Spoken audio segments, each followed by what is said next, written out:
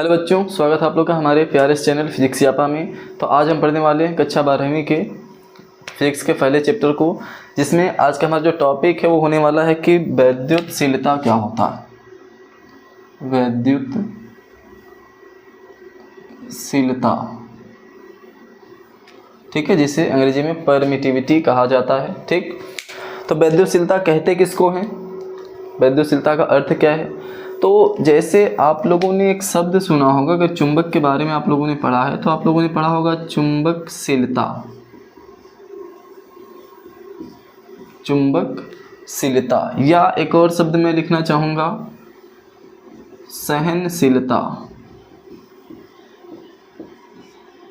ना। आशा करता हूँ आपने ये शब्द सुन रखे होंगे। चुंबकशीलता हो सकता है आपने न सुना, लेकिन सहनशीलता आपने सुनी होगी। ठीक है, तो सहनशीलता का मतलब क्या है। जैसे हम मान लीजिए कि एक रबर इलास्टिक को लेकर के खींच रहे हैं, खींचते जा रहे हैं, तो एक उसके पास मैक्सिमम एफिशिएंसी होती है, मैक्सिमम सहने की क्षमता होती है। उससे ज़्यादा बल लगाने पर वो क्या होता है, टूट जाता है। यानी किसी वस्तु पर, किसी भी वस्तु के लोड को जो सहने की क्षमता होती है उसी को हम क्या कहते हैं, सहनशीलता कहते हैं।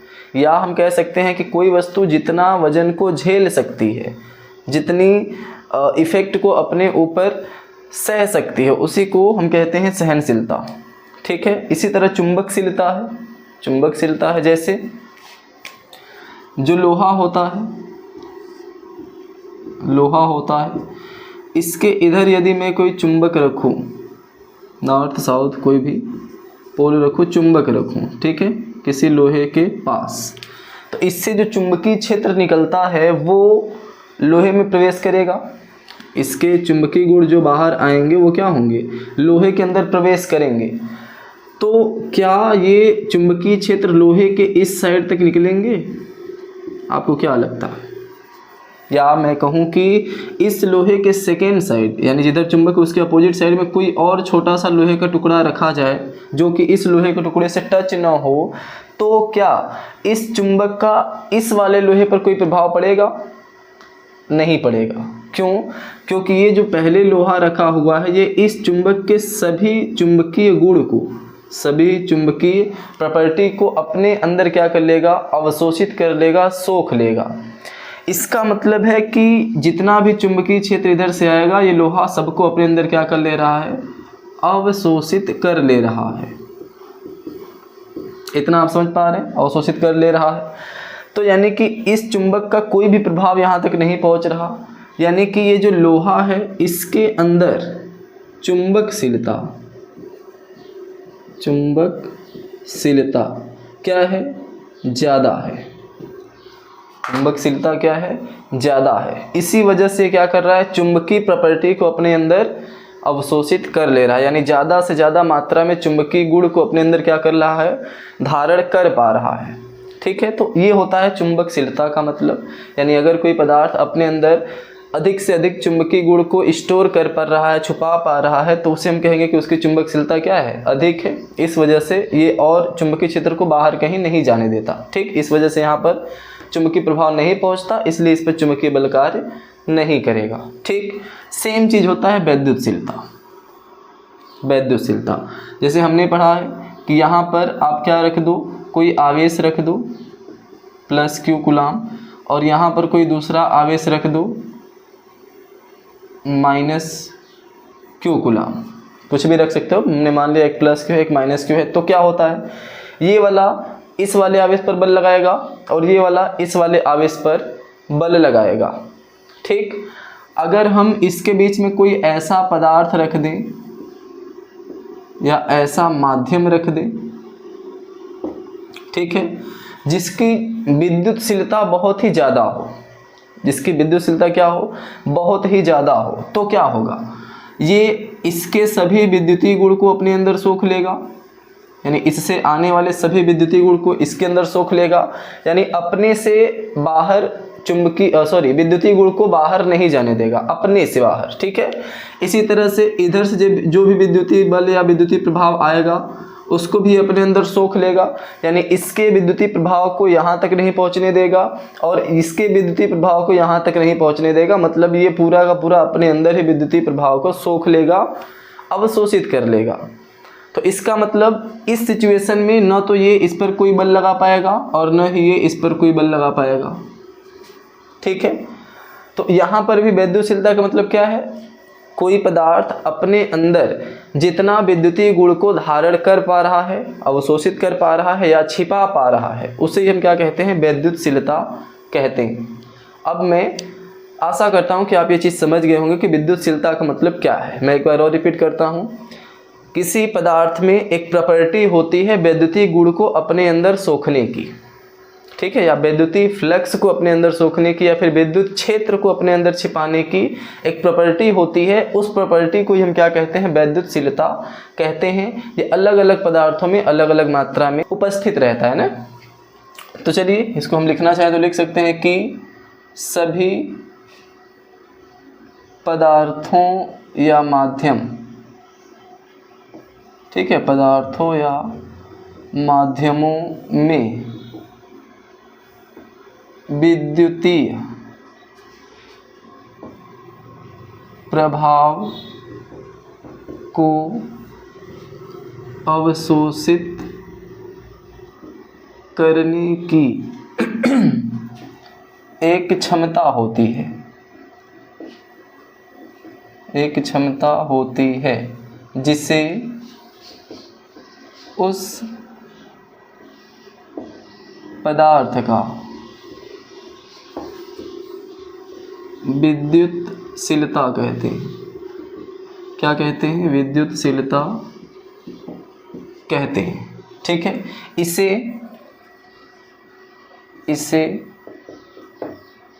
एप्सिलॉन से दर्शाते हैं। इस चिन्ह का नाम है एप्सिलॉन से दर्शाते हैं। ठीक है, तो विद्युतशीलता क्या है? किसी भी पदार्थ का एक ऐसा गुण होता है जिसके कारण वो विद्युतीय प्रभाव को या विद्युतीय गुण को अपने अंदर क्या कर पाता है? छुपा पाता है, अवशोषित कर पाता है। ठीक है, इसके बाद एक चीज़ आता है कि आपेक्षिक वैद्युतशीलता क्या होता है। इसके बाद आता है कि आपेक्षिक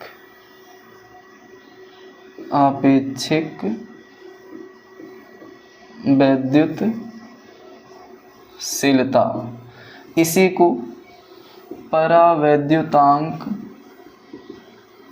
भी कहते हैं। ठीक है, आपेक्षिक वैद्युतशीलता को ही हम परावैद्युतांक कहते हैं। तो ये क्या है? ये सरल है। अगर आप ये समझ गए तो ये भी सरल है। इसको लिखेंगे किसी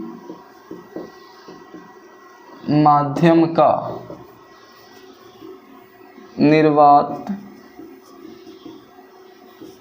निर्वात या हवा के, किसी माध्यम का निर्वात या हवा के वैद्युतशीलता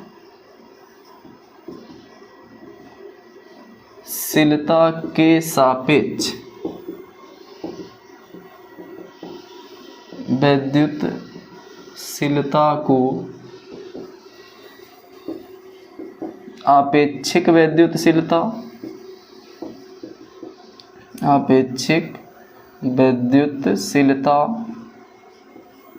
या परावैद्युतांक कहते हैं। ठीक है, तो किसी माध्यम का हवा या वायु या निर्वात के वैद्युतशीलता के सापेक्ष जो वैद्युतशीलता होती है उसको हम क्या कहते हैं? आपेक्षिक वैद्युतशीलता या फिर परावैद्युतांक कहते हैं। इसे ER से दर्शाते हैं, इसे ER से दर्शाते हैं, और परावैद्युतांक को K से दर्शाते हैं, K से दर्शाते हैं, और ये कैपिटल K होता है, बड़ा K। ठीक है, तो आपेक्षिक वैद्युतशीलता को ER से लिखते हैं और परावैद्युतांक को K से लिखते हैं, हालांकि दोनों होते सेम हैं। अब आप डिफिनीशन के अनुसार इसका एक फार्मूला लिख सकते हैं कि आपेक्षिक विद्युतशीलता बराबर क्या होता है, माध्यम की विद्युतशीलता, माध्यम की विद्युतशीलता बटा के निर्वात या वायु या हवा की विद्युतशीलता। इसको सिंबल के रूप में लिखे तो epsilon R is equal to क्या हो जाएगा, epsilon M by epsilon naught. ठीक है, रिलेटिव विद्युतशीलता बराबर मीडियम में विद्युतशीलता बटा के हवा या एप्सिलॉन नॉट क्या दर्शा रहा है, निर्वात यानी हवा की विद्युतशीलता को। ठीक है, तो ये हमारा हो गया विद्युतशीलता और आपेक्षिक या फिर परावैद्युतांक। ठीक, और दूसरी चीज़ अगर हम चाहें इसका मात्रक लिखना तो लिखेंगे, नोट करके आप नोट में लिखेंगे कि ई आर का कोई मात्रक नहीं होता। ठीक है, जो परावैद्युतांक या फिर आपेक्षिक विद्युतशीलता है इसका कोई भी मात्रक नहीं होता। दूसरी चीज़ यहाँ देखते हैं कि केवल विद्युतशीलता का मात्रक क्या होता है, ये क्या है, इस किसके लिए है, ई आर यानी आपेक्षिक विद्युतशीलता या फिर परावैद्युतांक के लिए कोई मात्रक नहीं होता, लेकिन विद्युतशीलता का मात्रक होता है, कितना होता है, तो एप्सिलॉन का मात्रक। ठीक है, या एप्सिलॉन नॉट भी आप लिख सकते हो, का मात्रक होता है। आपने एक सूत्र पढ़ा है कूलाम का नियम, F is equal to 1/4 pi epsilon naught into Q1 Q2 बटा के आर स्क्वायर, ये आप लोगों ने पढ़ा है।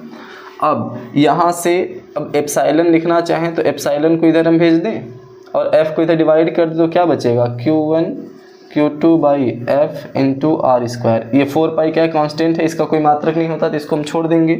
तो एप्सिलॉन का मात्रक क्या हो जाएगा, आवेश का मात्रक 2 बार आवेश है तो कूलाम कूलाम मिलके कूलाम स्क्वायर प्रति बटा का मतलब प्रति F यानी फोर्स, इसके लिए न्यूटन लिखेंगे, इनटू यानी डैश लगा देंगे, आर स्क्वायर, आर दूरी है तो स्क्वायर है तो मीटर का स्क्वायर।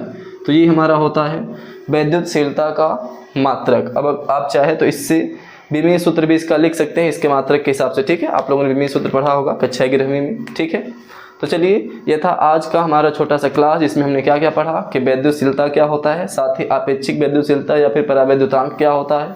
ठीक, बाकी चीज़ हम अपनी अगली वीडियो में देखेंगे। तब तक के लिए थैंक यू सो मच।